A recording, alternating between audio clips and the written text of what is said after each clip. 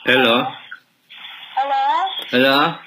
Hello, Kuya Renat. Oh. Sir, Ah? pinto ko yung nahang aplikasyo rin, di I don't mean to. Oh, akala ko hindi, wala ka kasi hindi sinasagot eh. Hindi po kasi hindi pa ako sa labas nag-walking. Hindi exercise. Oo. May mga itatanong lang kasi ako eh. Pero, musta muna ako sa'yo? Anong balita mula kahapon? Ano bang naramdaman mo? Nagpapasalamat talaga ako sa Lord, Brother na hindi ang gandang sa paggabi. Kamay ko, tulo ako. Nawala yung sakit. Alin nawala sakit? Sakasama kasi ko marinig eh. Maingay yung linya na nasa labas kaya ata eh. Ay, sandali po. Ayun. Oh, yan. Muna ako. Oh, yan. Medyo malakas na. Oh, hindi ko marinig. Ano sabi mo? Sabi ko, yung sakit dun sa may ribs ko, sa right hand side, na hinawakan mo, yun naman sakit eh. Ayun, okay na, hindi na masakit masyado, pero ngayon, tamang itaas ang kamay ko, hindi na sumasakit. Oo. Yan, yung dati, masakit talaga yan, saka parang namanhid. Oo, namamanhid. Masakit ka sa... Oo, kaya kahit kagabi, minamanmanan ko, sabi ko na wala ang sakit. Ay, nilabot ako. Kada, ayun, tapos yun nga tininto ko sa asawa ko. Asawa ko yung nasa wheelchair. Tapos tininto ko sa kanya na gusto kitang i-met tapos tininto ko sa kanya. So sabi niya, so anong nangyari? Sabi ko na wala yung pain sa naramdaman ko. So sabi ko, gusto ko na ikaw makamot niya. Sabi niya, by phone, makamot ka niya. Basta ang pagpaniwala mo sa Panginoon, katotohanan. Sabi niya, I don't believe in God. Sabi niya, I don't believe in God. So sabi ko, kung ano mga kasalanan yung ginawa mo noon. Madali sabihin yung, walang tao magsasabing hindi naniwala ng Diyos eh. Pero yung nga paniniwala nga sabi ko sa inyo na hindi naayon sa kagustuhan ng Diyos, di ba? Oo. Yan. Kaya totoo yan. So, ang gagawin mo lang naman, mag-share ka lang kung ano yung mga nalalaman mo, nababasa mo tungkol sa mga tinuturo ko na galing mismo sa Diyos at paniniwala ko na ito ang dahilan kung bakit ako nagamit ng Diyos para maipamahagi ko rin sa inyo o sa ibang tao. Ibang tao. So, ngayon, meron akong mga itatanong lang, ako, baka hindi ko na-ikwento sa inyo kahapon na ang panggagamot ko kasama ito, yung pag meron ako mga nakita, itatanong ko talaga sa inyo. Ngayon, kung totoo yung nakita ko, sabihin mong totoo. Pag hindi rin, sabihin mo rin hindi. Kung baga, katotohanan. So, isa to sa kasama sa paggamot ko sa inyo, isa na sa magpagaling. Kasi, pag sabihin nyo ng hindi, pero totoo. So, nagsinungaling kayo. So, nagkasala kayo, di ba? Pag sinabi rin yung hindi, pero totoo, nagsisinungaling pa rin kayo. So, mari kayong hindi gagaling. So, ibig sabihin, kabilaan yan, vice versa. Na ang sasabihin natin, puro katotohanan. Di ba? Oo, totoo yan. Oo. So, ngayon, ang isa-isahin ko to kasi medyo komplikado. Di ko nga mayroong part na medyo mahirap basahin pero sabi ko nga sa inyo, hindi ito literal. Parabulo ito pero sikapin ko kung anong meron dito. Ikaw mismo sa sarili mo, examine mo kung ano ka talaga sarili mo kasi siyempre alam natin yung sarili natin kung ano ba tayo. Unahin ko yung sarili mo mismo. Ito, hindi natin alam kung anong ipinarating ng Diyos sa'yo, na gusto ba niyang magkaroon ka ng pagbabago, pagsisisiro sa paniniwala, kaya niya ito pinakita. Yun nga sabi ko sa inyo na mas magusto kung may makita kaysa wala. Oo, sa wala. Totoo yan. Oo. So, unang tanong ko, yung sarili mo mismo, ugali mo ba itong, mataas ang tingin mo sa sarili mo? Opo. Oo. Yung bang tipong, kahit alam mong wala ka, lagi mo sinasabi na meron ka? Meron ka, oo.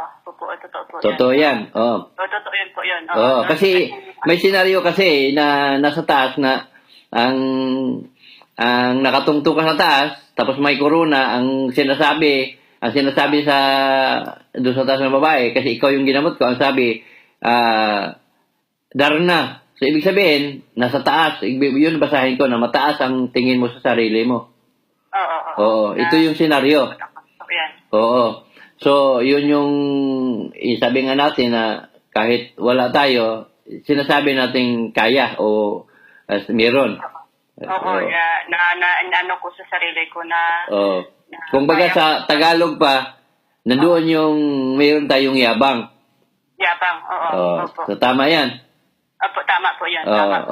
Ano lang, gusto lang nating malinaw kasi alam mo naman, kung hindi naman, siyempre sabihin mong hindi. Pero ingat kayo kasi mensahe ng Diyos ito, hindi ito akin. Tinatanong ko lang. Ganun po ako. Mula pa nung bata ako, may lahi ako na mayapa ako kasi po, yun ang yung sinasabi na kunong tayong pamilya, kunong tayong puno yung bunga. Oo. Sige, tama na. Huwag ka magkwento kasi baka mamaya na yung ikikwento mo nasa mensahe yan. Paano mo masabi na may mensahe ang Diyos, di ba? Kaya pinagbawalan ko ang tao magkwento. Tapusin ko muna yung mga nakita ko. Totoo po yan. Admit ko yan. Oo.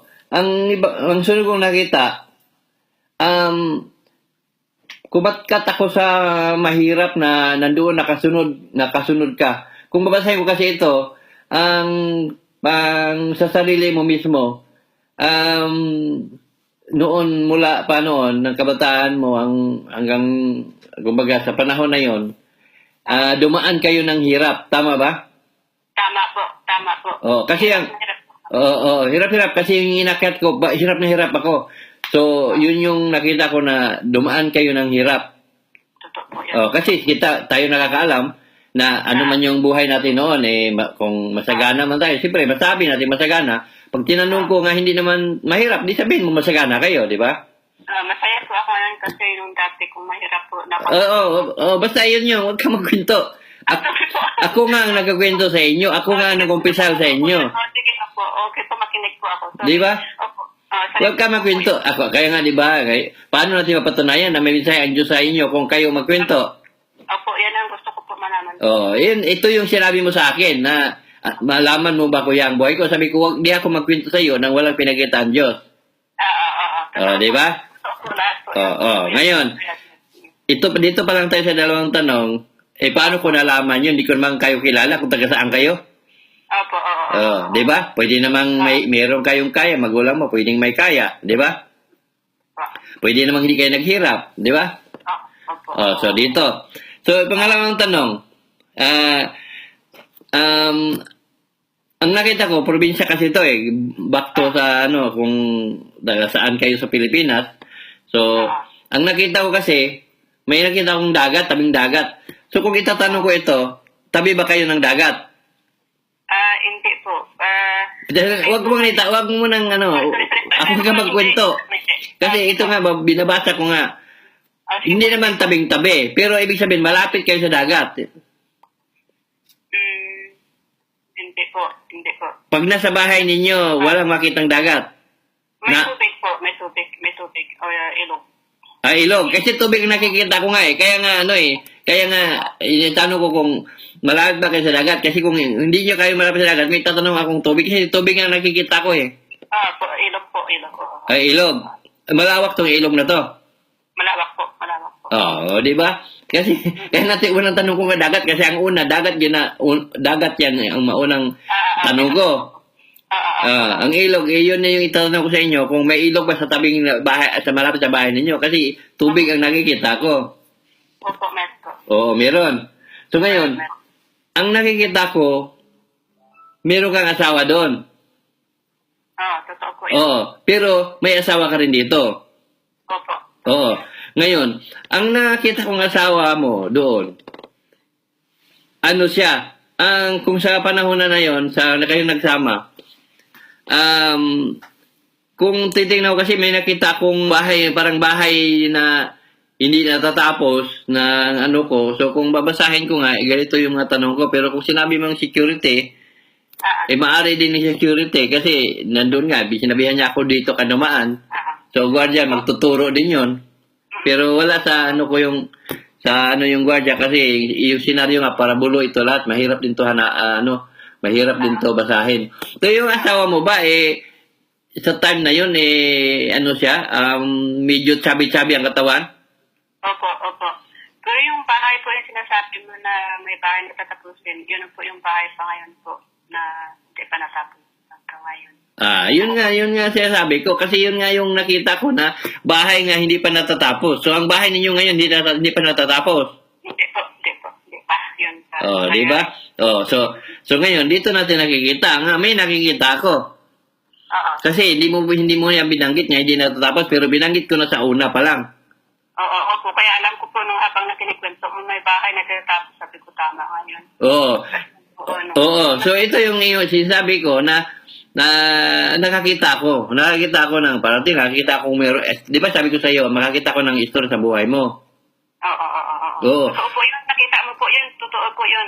Kasi hindi nga to, yung sabi ko sa inyo, hindi gano'ng kadali magbasa ng mensahe ng Diyos, kaya hindi ito literal, hindi niya sinasabi na, yung bahay na yan, hindi pa natapos, yung asawa niya yung gano'n. Pero kung meron akong binabasa lang, oo, sige. ibibes ko kung ano yung ano. Ako habang nakinikwento niyo po rin dapat ako dahil totoo po yun. So ito yung nakita ko. Ngayon, ang sunod na nakita ko doon, lumuwas ka. So ibig sabihin, kasi galing ko sa taas, lumuwas ka. Nung lumuwas ako, nakita ko ngayon yung isang lalaki na ibang lahi. So, ito na yung panahon na pumunta ka sa ibang bansa. Ay, totoo po. Ngayon, dito mo na ngayon na-meet tong lalaki na to. Parang iiyak ako. Ha? Totoo po yun. Parang iiyak ako. Totoo po yun. Totoo yun. Totoo naman talaga Ika nga tinatanong ko nga sa'yo, kasi ito yung nakita ko na nasusundan kita, nung lumuwas ka, yung lumuwas ka, nakita ko na nag-ibang na iba yung pinuntahan mo, tapos nakita ko na na-meet mo tong isang lalaki na ibang lahi. So, ibig sabihin, ang asawa mo dito, ibang lahi. Oo, iba po. Oo. Ngayon, may nakita kasi akong mga gamit-gamit, mga tools. Ang halo-halo, yung tools nga nakikita ko. Ang asawa mo ba dito, kung basahin ko, tawag nun, yung handyman? Handyman ba ang niya, mechanic o ano ba? Basta mga tools ang nakita ko. Ano ba trabaho niya? Hindi po, po siya, IT po. So, yung mga, kung ano pa yung mga IT, sumpay, yung mga numbers sa IT, kasi makita ko mga tools kung nakita po yung tools na yan, kasi yung trabaho niya kasi sa IT po, yung mga tools yung sinasabi noon sa akin, hindi ko nga maintindihan, kaya ako nga, hindi ko maintindihan. Technician siya sa IT? Technician. Yun. Kanya kami yung shortcut, yung mga sinasabi. Yun yung nakita ko kasi, nakabitin kasi yung mga tools So, ano ba tong mga nito, nakabitin itong mga tools. So, kaya nga, yung ang sabi ko nga, hindi nga ito, hindi basta-basta itong basahin yung mga mensahe ng Diyos. Medyo mahirap talaga. Pero, yun nga, kung sinabi mong IT, technician, details din ang hawak niya. Nag-text po siya ng mga... Di ba? So ang katawan ng asawa mo, sa panahon na yon, hindi siya malaking lalaki. Tama po, hindi po. Katamtaman.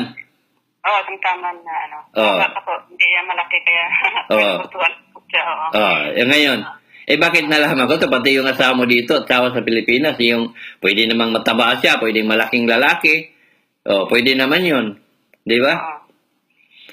So yung mga tanong ko, doon malapit sa, hindi nandoon talaga ang mga tanong ko. So, dito natin makikita na totoo ang sinasabi ko na maaari kong makita ang anong meron ka. Basta gustuin ng Diyos na ipakita sa akin. Ito yung ikinikwento ko sa iyo para ikaw, masabi mo, totoo yung sinabi niya, Diyos lang pwedeng makakita. Di ba? Totoo po yun dahil hindi mo ako nakilala, tapon nang tayo nag-meet. Kaya tama po yun. Basta mag-share ako, meron talaga ako nakikita pag gusto ng Diyos na magkaroon ka ng pagbabago, pagsisisi at sa paniwala. Ngayon, itong paniniwala na ito, itong tatlo na ito yung dahilan para maging okay yung ano mo yung mga karamdaman mo. Katulad yan, meron ka ng kitang sign sa naramdaman mo, kahapon ko palang kayo ginamot. O, di ba? Oo, kasi paniwala po talaga ako. Kaya talaga lahat na naniwala ako. Kaya gusto ko, sabi ko sa'yo, kung malaman mo, brother, sabihin mo sa akin dahil yan, kaya... Yun nga, yung tanong mo sa akin, na malaman mo ba ang buhay ko? Sabi ko sa iyo, huwag mong subukan ang bago ng Diyos kasi pag lumabas ang espiritu ko, pag meron ko makikita, itatanong ko sa iyo sigurado. Totoo po yan. Di ba? Kaya hiningi ko yung number doon kay yung sa kasama mo kahapon kasi hindi ko naman kinuha yung number mo kasi hindi ko naman alam kung may ibibigay namin sa'yo. Wala. Kasi nakadepende naman ako sa pinapakita kasi hindi naman ako nagsasabi nagsasabi kung wala akong makita kasi mahirap sinabi na ng Diyos na wala kang sasabihin sa kanila na hindi ko sinabi sa iyo. So hindi ako gumagawa ng kwento. Oo. Yun na nga, humihingi ako ng tawad sa Panginoon, nabigyan ako ng second chance na magbago, na kung natitira sa buhay ko ang minamahal ko, na mahal ako, nabigyan ng chance na magbago. Yan ang inihingi ko sa Panginoon. Oo. So kung basahin ko tong asawa mo sa Pilipinas, buhay pa to kasi wala akong makitang sign na wala na siya. Buhay pa ito. Oo, buhay pa po. Oo, kita mo. Ano pa pong mensahe tungkol sa kanya po? Huwag ka na magtanong. Basta ang akin lang kung ano nakikita. Di ba? Iyak po ako kasi totoong po po. Kita mo, isipin mo yan. Nalaman ko na may asawa sa Pilipinas na buhay pa. Describe ko sa asawa mo, bahay ninyo hindi pa natapos. Yung asawa mo dito. Di ba? Bakit nalaman ko ito lahat? Malay ko ba sa inyo? Wala naman kayong kinikwento. Wala po. Di ba? Oo.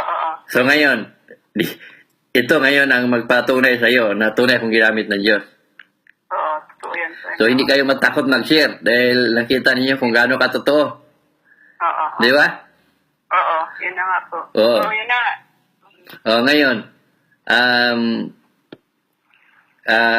kaya mo bang ikwento yan sa wall ko? Kung ikwento ko siguro po, hindi ko maisa-isa kasi nagawa ng alam ko. Nag-explain pa sa... Bukod dyan, baka mayroon kang itinatago, lalo na't may pamilya ka sa Pilipinas, may mga o baka mayroon kang ang akin lang naman doon, pwede mo siyang ilihis, kung baga, kung ano man yung nakita ko, baka naman hindi alam ng pamilya mo na may asawa ka dito, pwede mo nang di isama. Pero yung ibang may kwento mo na sa'yo yun. Siyempre, hindi mo naman ipapahamak ang sarili mo. Ang akin lang, kung ano man yung maganda para sa ipagtanggol mo ang mensahe ng Diyos na tunay ako makakita at nalaman mo kung anong meron ka, mga ganong way na pag nalaman ko yung bahay niyo sa Pilipinas hindi pa natapos, malaman ko na malapit kayo sa tubig, yung bahay niyo sa tubig, ilog, ganon. Kumbaga, basta alam mo, na ang sarili mo, hindi mo mailagay sa Oo, so, malagay ko sa room mo, yun nga, siguro masasabi ko na yun na lahat ng nakita mo sa mensahe ng Panginoon na totoo yung nangyari sa buhay. Oo, ganun ba? Yun na po, oo. Nasa iyo yun kung paano mo gawin. Basta alam mo na kung ano ang maganda, anong hindi dapat. Oo nga. Oo. Di ba? Sinabi ko sa'yo kahapon, sa pag-utong ko sa Facebook, hindi ako Pero nasa press release na ba kita? Na-press na ba kita? Ano po yun? Yung na-accept ba kita? Nag-request ka ba sa pangalan ko o ano? Oo nga po, na-accept mo na ako. Kaya ipasabi ko sa'yo kahapon, Kuya, pasensya ka na kung may minsan may comment ako na totoo yan, that's true, I believe. Tapos minsan nag-like ako. Kasi minsan baka hindi ka makapost pag hindi ko kasi bisado rin baka hindi ka makapost o mahirapan ka mag-post pag hindi kita friends. Pero kung friends na tayo, Pakita mo naman. Papaturo ka lang diyan kung sino yung Oo, ano. papaturo ako kung paano. Kasi nag-try ko kanina, nag-post lang ako ng konti na I believe Brother Narciso. Oh. Pero ngayon, mas maganda ito ngayon kasi dami kong nakita. Oo. Di ba? Oo. Kaya sabi ko, mag-ano ako. So dito sa yung dito mo, wala kayong anak kasi wala akong nakitang bata eh. Wala po. Kita mo. Wala. Tama po. Di ba? Grabe ano? Ano pa? Bawi. Grabe ang pangalan Diyos, ano? Ha? Grabe ba? Ano po? Grabe ba ang power ng Diyos? Opo. Paniwala na ko talaga po na nilalaman lahat ng ginagawa ng bawat tao. Oo. Nandun nga sa sinasabi yan natin sinasabi nga natin na Diyos lang nakakaalam, di ba? Siya na nakakaalam. Ngayon, bakit ko nalaman yung kwento sa buhay mo? Tunay yan na tunay kong ginamit. Totoo ang sinabi ng Diyos na bibigyan kita ng power of mind. Ang power of mind mo yan is powerful. Dahil makakita ka ng anong meron ang tao. Makita ka ng tao, makita ka ng parating, di ba? So ikaw mismo, nasampulan na agad. Oo. Di ba? Oo. So hindi kayo matakot mag-share kasi kayo mismo ay nakaranas. Nakaranas po ako. Wag may magsalungat-salungat sa'yo, pwede mo sabihin, sige, subukan mo. Tingnan ko kung anong, ba? Kung hindi ka manginig sa takot pag bagitin niya ang gawain mo. Di ba? Oo. So, ganun yan. Sige, salamat ha. Salamat po. Sige. Brother, pag makapunta ako sa asawa ko, pwede pa kitang tawagan at siya? Hindi, ang gagawin mo lang, mag-share ka na mag-share kung ano yung mga tinuturo ko sa mensahe ng Diyos tulad ng please don't share my words, ang pare hindi banal, yung Diyos hindi dapat pagkakitaan. Magbasa sa wall, continue, tapos i-relate mo mo sa kanya, i-share mo sa kanya. Ngayon, darating ang time na maniwala siya, o di wala problema doon. Pwedeng tawag, o ano bang gusto niyo, pwede. Kaya nga, nag-focus sa makalakad sa uli Malay natin. Ang daming hindi nakalakad. Nang ginamot ko, nakalakad. So, wala yung posible. Pero depende sa paniniwala. Di ba? Naniwala ako. Yung asawa mo, hindi ikaw. Kasi ikaw, nakaranas na eh. Yung asawa mismo. Oo. I-share ko siya. Yung mga nakita ko sa'yo, na hindi ko naman kayo kilala, may share mo sa kanya. So, magkaroon siya ng idea na, imposible ito. So, totoo to, di ba? Oo. So, ganun lang. Sige, salamat. Napunutan ako ng ng tinig na yun na Pasalamat din ako na, puro nga katotohanan ito eh. Oo. Sige. Sige, God bless sa'yo. Sige, bye-bye. Bye-bye.